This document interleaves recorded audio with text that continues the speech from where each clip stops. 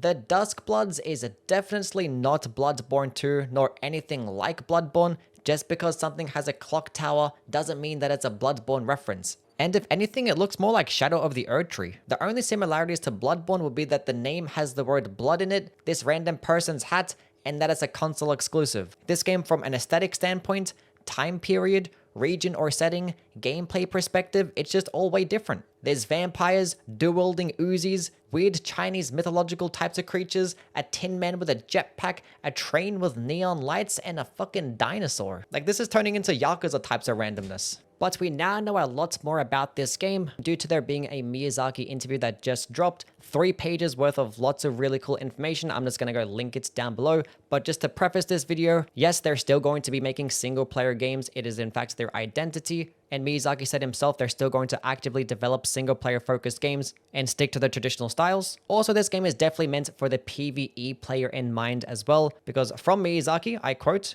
"I personally am not much of a PvP person, and I wanted to make something that's satisfying even for players like me." Now, this game is still very much going to be a PvPVE type of game, because it is something that Miyazaki has always wanted to make. There was actually a quote from like a few years ago saying that he wanted to make like an Escape from Tarkov styled game. Now, this is not going to be anything like Escape from Tarkov, because that game is a very like hyper-realistic, slow-paced shooter, and this is going to be much more of a fast-paced action game, but it still is going to be a PvPVE just like it, in that you'll go into these multiplayer games, try to be the last person alive, and you'll end up getting rewards. But unlike Escape from Tarkov, whether you lose or win, you're still going to gain rewards. Now, how the gameplay actually does work, you will spawn into the hub world, and will be greeted by this rat-winged creature, which this rat is actually going to be the equivalent of the Firekeeper, which is the first time you actually got like an animal Firekeeper, and apparently it is an elderly gentleman too. So we're getting an old man rat, literally Master Splinter as a Firekeeper. Also, in the hub world, you'll be able to choose from dozens of different types of characters, which yes, is not going to be their own creator character. There's going to be set classes.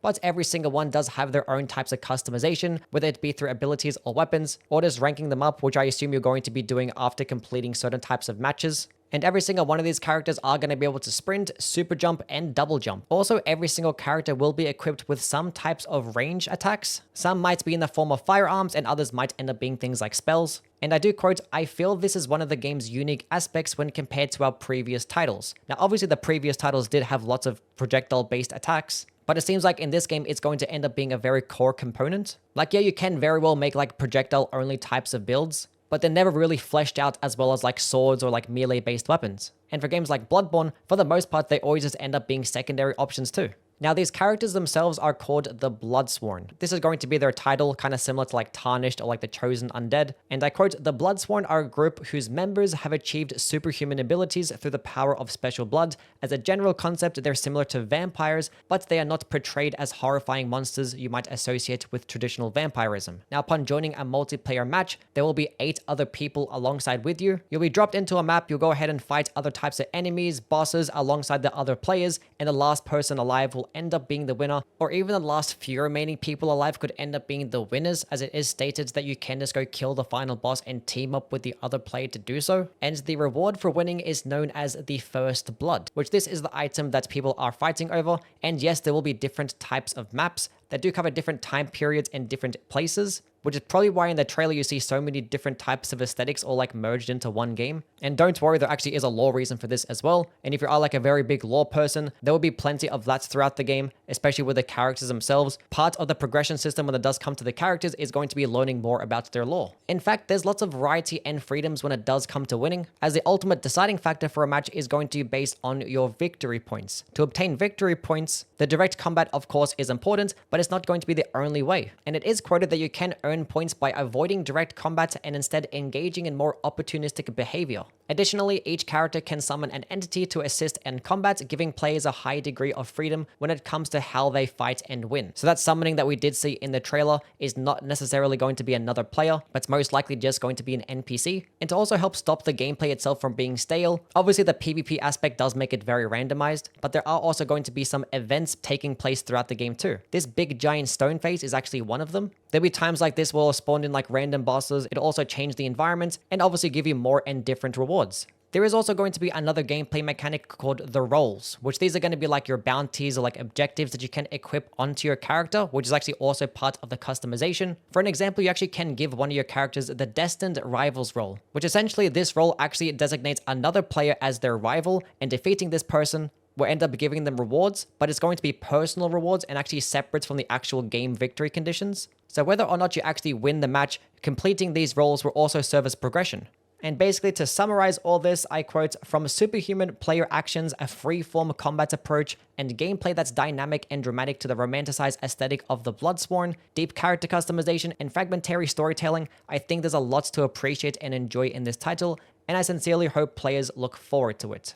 I'm not going to read every single little thing about this entire interview. You guys are going to go check it out for yourselves. I had to try to help summarize it for you guys. Now, all of this has me super excited personally. I am a big advocate for PvP, and this does seem like a more replayable version than things like Night Rain will end up being. Obviously, that one's more of a co-op type of game. This one doesn't really seem like that. But one like type of criticism I had for Night Rain is that the characters still felt very similar to one another, and there wasn't really much like customization for the actual characters going on. Obviously, we only got to play the network test, so that might end up changing. But this game seems like it's going to have like more fleshed out classes with like insane types of abilities. And I am really looking forward to like just getting really good at one or two particular characters. And the fact that we have lots of different maps to go explore in is also going to be really cool, and probably something that helps different from Night Rain 2. Because yes, both these games are going to be pretty comparable, and that there are going to be like these multiplayer game mode types of games. Now, the ultimate question is obviously still going to stand.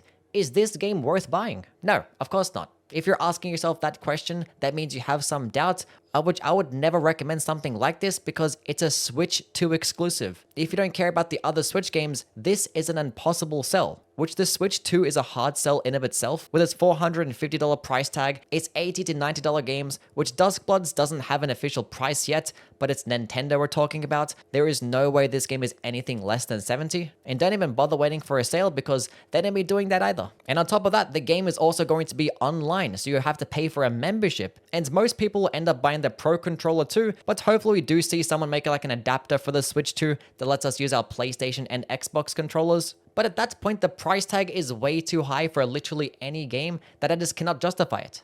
Now, I don't want to go into the whole why they're making multiplayer games instead of making single player games. I can say that for another video because it definitely deserves it after all the stupid takes that I'm seeing online, especially after Night Rain 2. I was planning to make a video about that game and how they're making a multiplayer game, but now with this announcement, it kind of answers more questions and it gives you some more talking points too. But yeah, that's basically it for this one and everything that I did want to cover. As I did mention earlier, I'm just going to link the whole interview down below just on the Nintendo website, so you can go check it out there. And definitely do subscribe because I do have some more content coming along the way, whether it be talking about this game or Night Rain, or just still making some content on the older Soulsborne games. But yeah, definitely know what your opinions are down in the comments below, and hopefully we can have a civil conversation over there. And I'll catch you guys around. Bye.